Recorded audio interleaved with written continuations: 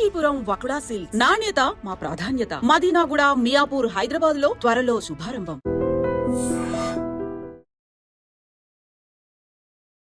Hi, hello, నమస్తే, welcome back to iDream media. ఈరోజు మనతో ఉన్నారు సర్టిఫైడ్ వెల్త్ మేనేజర్ అయిన రేవంత్ చలమల గారు. సార్తో మాట్లాడదాం మార్కెట్ అప్డేట్ గురించి. Hi sir. హలో అండి. How are you sir? Thank you. Yeah sir, thank you. And right now markets ఒకసారి ఏ విధంగా చూస్తే నిఫ్టీ 7 పాయింట్స్ రైస్తో 22,552 దగ్గర, సెన్సెక్స్ వచ్చేసి 74,332 దగ్గర, bank Nifty 48,000 change, IT Nifty 37,000 change దగ్గర ఉన్నాయి.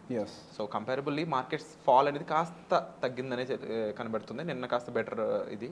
సో ఏ విషయాలు ఇప్పుడు ఇంపాక్ట్ చేస్తున్నాయి రైట్ నో మార్కెట్ని ఇంత కాస్త ఫాల్ తగ్గడానికి?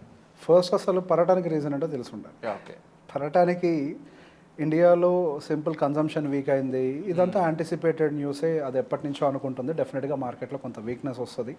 వాల్యుయేషన్ ఎక్స్పాన్షన్ జరిగింది, దానివల్ల ప్రాఫిట్ బుకింగ్ జరుగుతుంది అన్న పాయింట్ గురించి I was speaking from so long time.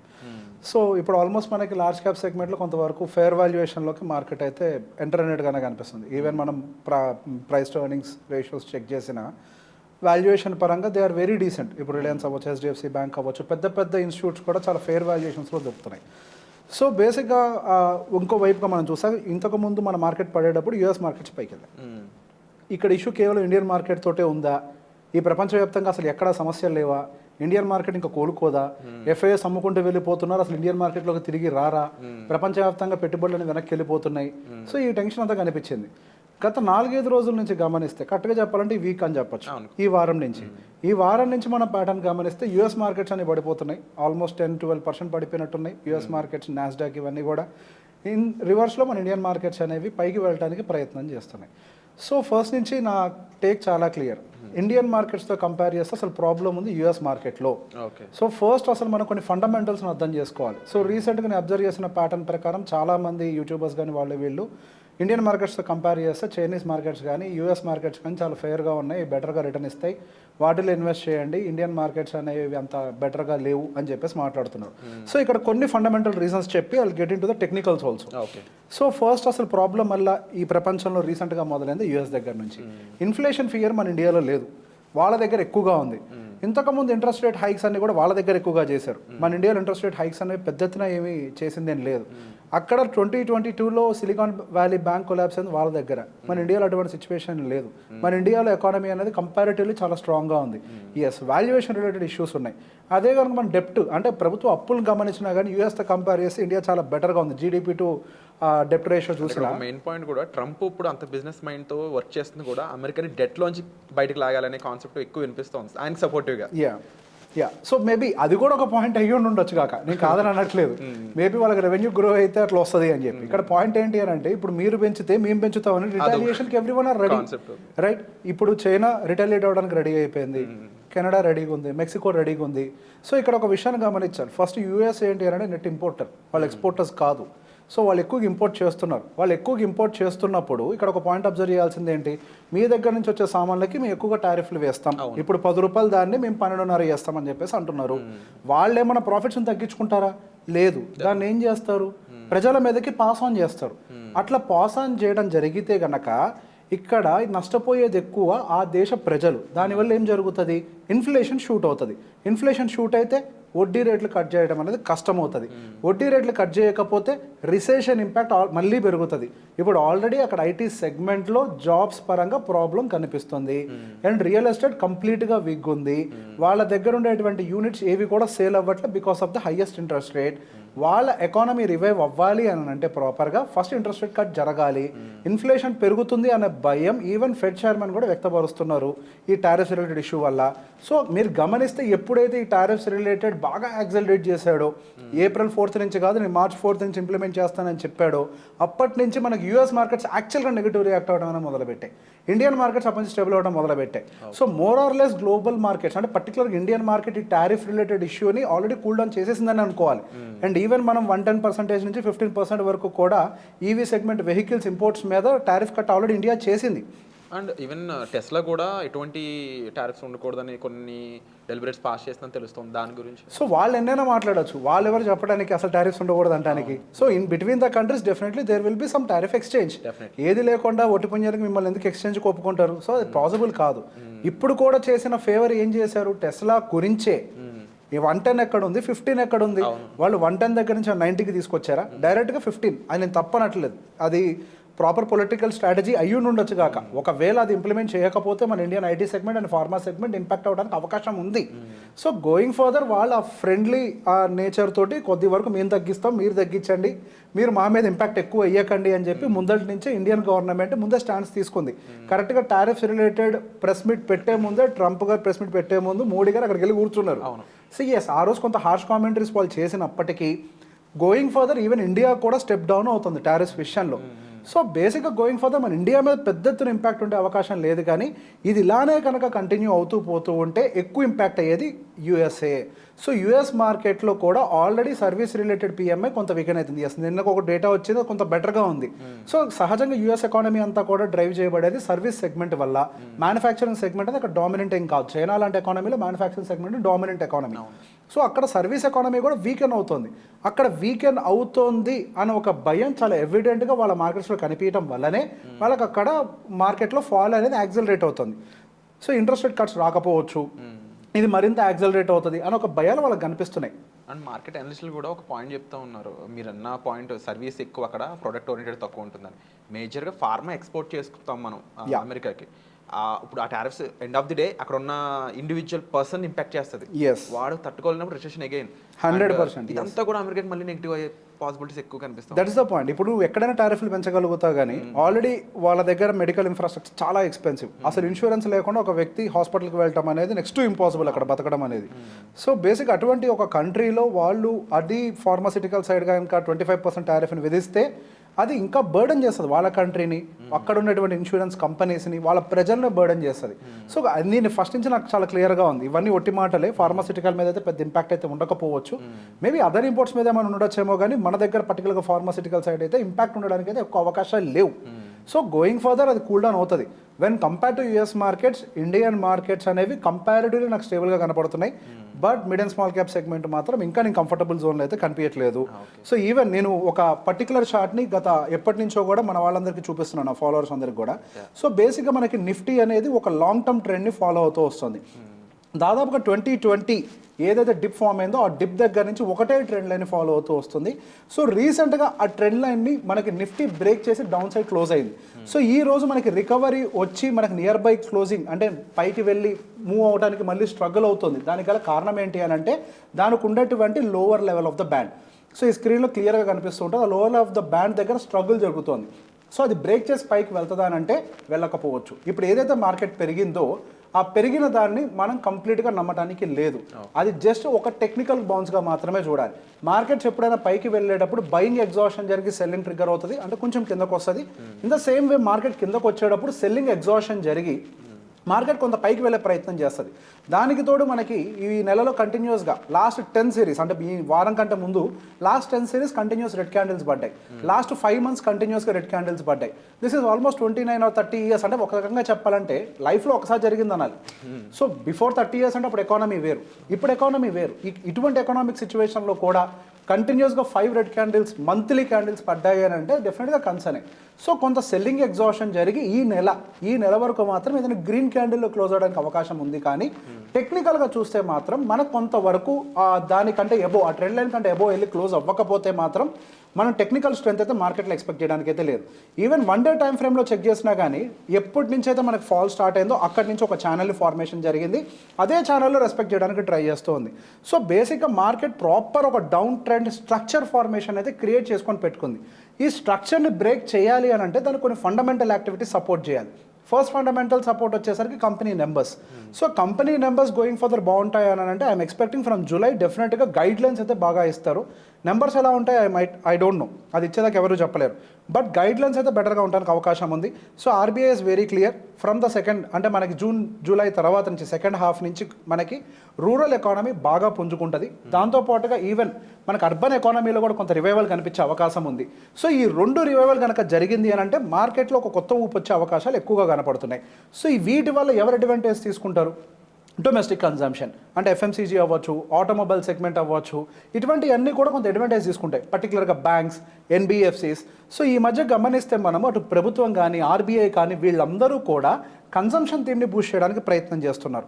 ఈ బీజేపీ ప్రభుత్వం వచ్చిన ఈ 15 అంటే ఇది 3వ టర్మ్, లాస్ట్ 2 టర్మ్స్లో ఎక్కువ ఇన్ఫ్రాస్ట్రక్చర్, డిఫెన్స్ అని అటువైపుగా స్పెండింగ్ పెట్టిన వాళ్ళు ఇప్పుడు స్పెండింగ్ని పూర్తిగా ఆపేసి ఇప్పుడు డబ్బుల్ని ప్రజల చేతుల్లో పెట్టే ప్రయత్నం చేస్తున్నారు.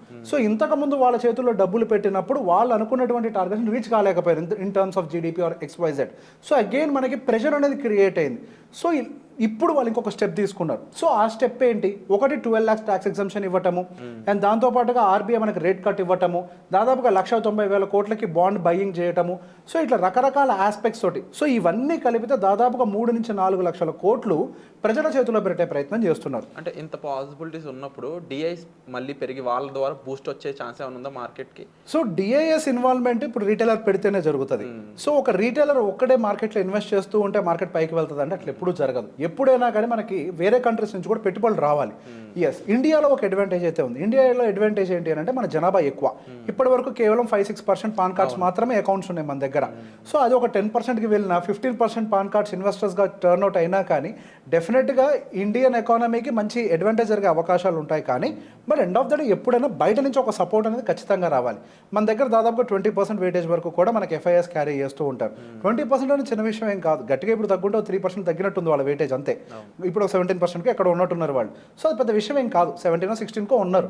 సో బేసిక్గా మనం దాని మొత్తాన్ని కాంపన్సేట్ చేయాలి అంటే మన వాళ్ళు చాలా ఇన్వెస్ట్మెంట్స్ పెట్టాలి. ఇక్కడ మన దగ్గర నెంబర్ ఆఫ్ పాన్ కార్డ్స్ పెరిగాయి కానీ ఎంత ఇన్వెస్ట్మెంట్ పెరిగింది అనేది కూడా పాయింట్.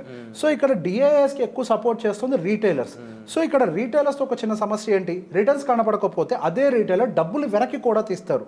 రీటైలర్ పెడుతున్నటువంటి డబ్బులు వాళ్ళ అవసరాలకు అనుకూలంగా ఉంటాయి కానీ వాళ్ళ మార్కెట్ని దృష్టిలో పెట్టుకొని పెట్టరు, right? So at any given point of time retailer మీద మనం పూర్తిగా నమ్మకం పెట్టుకొని ఎకానమీని ముందరికి తీసుకెళ్ళడం అనేది సాధ్యం కాదు. అండ్ మోర్ ఓవర్ ఇప్పుడు చూసుకున్నట్లయితే 5 monthsగా ఈ ఫాల్ అనేది ఉంది. బట్ ఎక్కువ మంది Q4 రిజల్ట్స్ మీద కాస్త పాజిటివ్గా, ఆల్వేస్ అవి పాజిటివ్గా ఉంటాయి అని చాలా కాన్ఫిడెంట్గా చెప్తా ఉన్నారనమాట. దాని విషయం ఏ విధంగా ఉంటుంది మార్కెట్ ఇంపాక్ట్? నైస్. సో ఇప్పుడు బేసిక్గా mid and small cap segment అయితే don't think so. Mid and small cap సెగ్మెంట్కి ప్రాబ్లం ఏమొచ్చింది అంటే అది గ్రోత్ 18% డెలివర్ చేయాల్సింది కాస్త 25-26% డెలివర్ చేసింది. సో అది రిటర్న్స్ పాయింట్ ఆఫ్ వ్యూలో చెప్పట్లేదు. CAGR రిటర్న్ ఎంత వచ్చిందని పాయింట్ ఆఫ్ వ్యూలో కాదు. వాళ్ళ ఎర్నింగ్స్ ఎంత వస్తుంది అనేది ఇక్కడ పాయింట్. ఎప్పుడైనా కానీ మనకు స్టాక్ మార్కెట్ ఇవ్వాల్సిన రిటర్న్ వాళ్ళ ఎర్నింగ్స్ తోటి ఇన్లైన్ అయి ఉండాలి. సో వాళ్ళ ఎర్నింగ్స్ అన్ని వాళ్ళకి వచ్చేటువంటి ఎర్నింగ్స్ తోటి ఇక్కడ స్టాక్ మార్కెట్ డెలివర్ చేసిన రిటర్న్కి మిస్ మ్యాచ్ ఉంది. ఆ మిస్ మ్యాచ్ ఉంది కాబట్టి ఇప్పుడు మార్కెట్ కరెక్షన్కి గురై మ్యాచ్ చేసే ప్రయత్నం చేస్తుంది. సో ఇప్పుడు ఏం జరిగింది? అదే టైంలో ఇన్ఫ్లేషన్ షూట్ అవటం వల్ల వాళ్ళకి రా మెటీరియల్ ప్రైసింగ్ అనేది బాగా పెరిగింది. అండ్ ఎంప్లాయ్మెంట్ కాస్టింగ్ కూడా వాళ్ళకి డబుల్ డిజిట్ తోటి గ్రో అవుతుంది. So raw material purchasing, manufacturing, employment cost ఇదంతా డబుల్ డిజిట్తో గ్రో అవటం వల్ల వాళ్ళకు వచ్చేటువంటి గ్రోత్ అంతా కూడా సింగిల్ డిజిట్లోకి వచ్చేసింది. సో ఇదంతా కొంత సెటిల్ డౌన్ అవ్వడానికి కొంత time mid and small cap సెగ్మెంట్కి పట్టే అవకాశాలు ఉన్నాయి. అదే లార్జ్ క్యాప్ సెగ్మెంట్ విషయాల్లోకి వచ్చేసరికి కొన్ని అడ్వాంటేజెస్ ఉన్నాయి. ఆ లార్జ్ క్యాప్ సెగ్మెంట్లో ఎక్కువగా డామినెంట్ రోల్ ప్లే చేసేది బ్యాంకింగ్ సెగ్మెంట్, NBFCs ఎక్కువగా డామినెంట్ రోల్ ప్లే చేస్తాయి. ఆఫ్ కోర్స్ ఐటీ కూడా కొంత డామినెంట్ రోల్ అనేది ప్లే చేస్తూ ఉంటుంది. And Reliance one of the highest weightage. So ఇవన్నీ కూడా when compare to other mid and small cap segment మనం ఈ ఫేర్ వాల్యుయేషన్లోకి వచ్చినట్టుగా కనిపిస్తుంది. సో ఈ ఫేర్ వాల్యుయేషన్లోకి వచ్చినప్పుడు సహజంగా FIIs కూడా ఫస్ట్ ఇంట్రెస్ట్ చూపించేది బయింగ్ వీటిల్లోకే. ఏ FII అయినా సరే మిడ్ అండ్ స్మాల్ క్యాప్ సెగ్మెంట్లోకి ఎక్కువ ఎక్స్పోజర్ ఇవ్వడానికి ఇష్టపడరు. దానికి గల కారణం ఏంటి? ఎప్పుడైతే వాళ్ళు స్టాక్స్ను కొంటారో మార్కెట్ పడతదేమో అన్న ఆలోచన ఉంటే వాళ్ళ హెడ్జింగ్ పొజిషన్స్ తీసుకుంటారు. ఆ హెడ్జింగ్ పొజిషన్స్ అనేవి విత్ లిక్విడిటీ దొరికేది కేవలం లార్జ్ క్యాప్ సెగ్మెంట్లో మాత్రమే. మిడ్ అండ్ స్మాల్ క్యాప్ సెగ్మెంట్లో అసలు F&O టూల్స్ అన్నిటికీ అవైలబుల్ ఉండవు. అదేవిధంగా లిక్విడిటీ కూడా వాళ్ళకి దొరకదు. సో ఎప్పుడైనా వాళ్ళు దానికి ప్రిఫరెన్స్ ఇస్తారు. దాంట్లో వాళ్ళు బ్యాంక్స్, NBFCస్కి వీటికి ఎక్కువ ప్రిఫరెన్స్ ఇచ్చే ప్రయత్నం చేస్తారు. ఆ బ్యాంక్స్లో పర్టికులర్గా ప్రైవేట్ బ్యాంక్స్కి ఎక్కువ వెయిటేజ్ ఇచ్చే ప్రయత్నం చేస్తారు.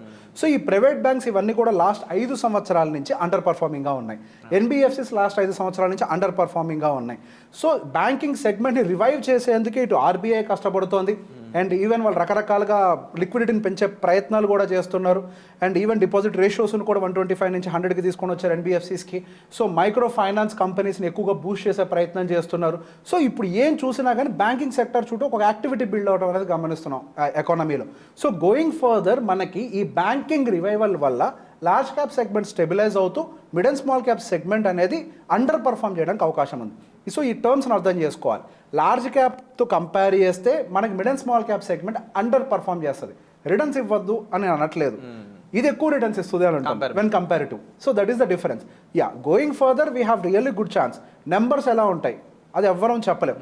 నెంబర్స్ ఎలా ఉన్నా యాక్చువల్గా స్టాక్ మార్కెట్ అనేది ఆ టైంలో ఇచ్చిన నెంబర్స్తో కంపేర్ చేస్తే వాళ్ళు నెక్స్ట్ ఇవ్వబోయే గైడెన్స్ మీద ఎక్కువ డిపెండ్ అయి ఉంటుంది. ఇప్పటి వరకు వీకర్ నెంబర్స్ వస్తాయని చెప్పేసి మార్కెట్లో అందరం యాంటిసిపేట్ చేశారు. Every one expected because of the high inflation, high interest rates, consumption week అయిపోయింది ఇండియాలో, జనాల దగ్గర డబ్బులు లేవు.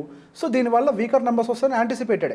ఇప్పుడు అంతా రివైవల్ జరుగుతోంది. ఒక మాత్ర వేశారు, పారాసిటమాల్ వేసుకుంటే it will take some time కదా, ఒళ్ళు చల్లబడి. ఇప్పుడు అదే జరిగింది. ఇప్పుడు ప్రభుత్వం ఏం చేసింది, ఒక మాత్ర వేసింది ఎకానమీకి, అది దాన్ని పనిచేయడం మొదలు పెట్టింది స్లోగా. అంటే ఇప్పుడు 12 lakh చేసే ఈ ట్యాక్స్ ఎగ్జంప్షన్ కానీ అండ్ చాలా చేశారు డైరెక్ట్ ఆడియన్స్ జనాలకి అనమాట. అండ్ యూజువల్లీ సమ్మర్లో మనకి కాస్త కన్జంప్షన్ ఎక్కువ ఉంటూ ఉంటుంది. అండ్ ఈసారి క్లైమేటికల్ చేంజెస్ కూడా ఎక్కువ ప్రొడక్ట్స్ కొనడానికి పాసిబుల్గా కనిపిస్తుందని చెప్పేసి కన్స్యూమర్ డ్యూరబుల్ ప్రొడక్ట్స్ అవన్నీ కూడా చెప్తా ఉన్నారు. సో ఇది కూడా ఒక బూస్ట్ అయ్యే ఛాన్స్ ఉందా? డెఫినెట్గా. సహజంగానే మనకి సీజనల్ యాక్టివిటీ అనేది జరుగుతుంది ప్రతి స్టాక్లో కూడా. సీజనల్ యాక్టివిటీ ప్రకారం డెఫినెట్గా మన కన్స్యూమర్ డ్యూరబుల్ ప్రొడక్ట్స్ ఏవైనా కానీ, అంటే ఏసీస్ అవ్వచ్చు, కూలర్స్ అవ్వచ్చు, ఫ్రిడ్జ్లు అవ్వచ్చు, ఇవన్నీ కూడా సహజంగానే బూస్ట్ అవుతాయి, అందులో అసలు ఏ డౌట్ లేదు. సో ఇప్పుడు దీనికి తోడు మనకి ఇన్ఫ్లేషన్ కూల్ ఆఫ్ అవుతుందని ఒక ఏదైతే యాడ్ ఆన్ అవుతుందో ఆటోమేటిక్గా మనకి మూమెంటం అనేది స్టార్ట్ అవడానికి పాసిబిలిటీ అయితే కనిపిస్తుంది. There is very high probability going further when compare to US markets, Indian markets might stabilise. There is very high chance. And దాంతోపాటుగా ఇంకొన్ని పాయింట్స్ కూడా. సో మొన్నటి వరకు రిలయన్స్ మార్కెట్ని బాగా డ్రాగ్ చేసింది. సో ఇవాళ గమనిస్తే మార్కెట్ని కేవలం నిలబెట్టింది రిలయన్స్ మాత్రమే. ఈ రోజు 7 పాయింట్లు నిఫ్టీ పాజిటివ్లో ఉందని చెప్పారు. 60 పాయింట్లు మనకి రిలయన్స్ ఒక్కటే కాంట్రిబ్యూట్ చేసి నిఫ్టీని, సెన్సెక్స్ని పాజిటివ్లో క్లోజ్ అయ్యేలాగా చేసింది. ఇఫ్ నాట్ రిలయన్స్ ఈ రోజు మనం రెడ్ ఫిగర్ చూసి ఉండేవాళ్ళం డెఫినెట్గా. జస్ట్ రిలయన్స్ ఒక్కటే సపోర్ట్ చేసింది, అంతకు మించి ఈరోజు మార్కెట్లో స్టెబిలైజ్ అవ్వడానికి ఏమీ లేదు. ఎవ్రీవన్ అనుకుంటారు మార్కెట్ బాగుంది అని. No, today market is not good, only Reliance is good. So ఈ రోజు మనం మార్కెట్లో చూసిన even IT segment, not IT, reality segment again ప్రెషర్లోకి వెళ్ళింది. 1.19%. IT was in pressure, health is in pressure, service segment is in pressure. So బేసిక్గా మిగతా పాజిటివ్లో close అయినాయి కూడా ఏమి స్ట్రాంగ్గా ఏం క్లోజ్ కాలేదు, మైల్డ్ పాజిటివ్ అంతే. సో ఈ రోజు మనం ఏదైతే గ్రీన్ అని అనుకుంటున్నామో this is not green, this is absolutely red candle. అంటే మన కంటికి కనిపించడానికి ఒక రీటైలర్ చూసేటప్పుడు ఏంటి గ్రీన్ క్యాండిల్ పడదా అనుకుంటారు, కానీ ఒక ఇన్ఫార్మ్డ్ ఇన్వెస్టర్ చూడాల్సింది ఏంటి, ఎంటైర్ బిహైండ్ ద స్క్రీన్ చూడాలి. వెనకాల ఏం జరిగింది, ఒక రిలయన్స్ సపోర్ట్ చేసింది. If not Reliance it is red today, డెఫినెట్గా రెడ్లో క్లోజ్ అయ్యి ఉండేది. I'm expecting again there will be some pull back on the lower side, but deeper corrections జరగడానికి అవకాశం అయితే లేదు, కొంచెం స్టెబిలైజ్ అవుతుంది. సో బేసిక్గా మార్కెట్ని 3 స్ట్రక్చర్స్లో పిలుస్తాం: bull market, bear market, kangaroo market. Bull, bear అందరికీ తెలుసు, కంగారో గురించి ఎవరికీ తెలియదు, ఎందుకంటే ఎవరు చూడలే. ఇప్పుడు రాబోయేది కంగారో మార్కెట్. అంటే స్పీడ్గా పైకి కిందకి అక్కడక్కడే తిరుగుద్ది. Heavy volatility in sideways, that's how. అక్కడే ఉంటుంది, ఎక్కడికి వెళ్ళదు. సో రిటర్న్స్ అనేది ఎక్కువగా ఇవ్వదు. సో సంహౌ ఇక్కడ పాజిటివ్ పాయింట్స్ అయితే చాలా కనిపిస్తూ ఉన్నాయని చెప్పారు మీరు. At the same time hopefully మీరు చెప్పినట్లు డిఐఎస్ పెరగడం కానీ, లేకపోతే ఎఫ్ఎస్ మళ్ళీ గెట్ బ్యాక్ అవ్వడం కానీ చాలా పాజిటివ్ పాయింట్స్ అయితే రావాల్సి ఉంది ఇంకా స్టిల్. రైట్ నో మార్కెటింగ్కి సంబంధించిన both technical and fundamental reasoning అయితే మనకి రేవంత్ గారు ఇవ్వడం జరిగిందండి. అగైన్ ఈ టైంలో ఇన్వెస్ట్మెంట్స్ గురించి ఎక్కువ మంది కామెంట్స్ చేస్తూ ఉన్నారు, నేను అబ్జర్వ్ చేస్తూ ఉన్నాను. సో రైట్ ఇన్వెస్ట్మెంట్ కోసం ఎప్పుడైనా రైట్ ప్రొఫెషనల్ చాలా ఇంపార్టెంట్. సో దానికి సంబంధించిన గైడెన్స్ కోసం మీరు డిస్ప్లే అవుతున్న నెంబర్స్ కాల్ చేసి డైరెక్ట్గా సార్ని సంప్రదించవచ్చు. సో మోస్ట్లీ రేవంత్ గారి నుంచి ఎటువంటి ఎపిసోడ్స్ ఎక్స్పెక్ట్ చేస్తున్నారు కూడా మీరు కామెంట్ సెక్షన్లో మెన్షన్ చేసినట్లయితే ఆ ఎపిసోడ్స్ మీ ముందుకు తీసుకొచ్చే ప్రయత్నం అయితే మేము చేస్తాం. సో మోస్ట్లీ అమెరికన్ ఇష్యూస్ అనేవి మనల్ని ఎలా ఇంపాక్ట్ చేస్తున్నాయి గ్లోబల్గా అనేది మీరు సార్ మాటలో విన్నారు కదండి. సో ఏం ఫీల్ అయ్యారండి తప్పకుండా మెన్షన్ చేయండి కామెంట్ సెక్షన్లో. And thank you so much for the overall view sir. Thank you so much.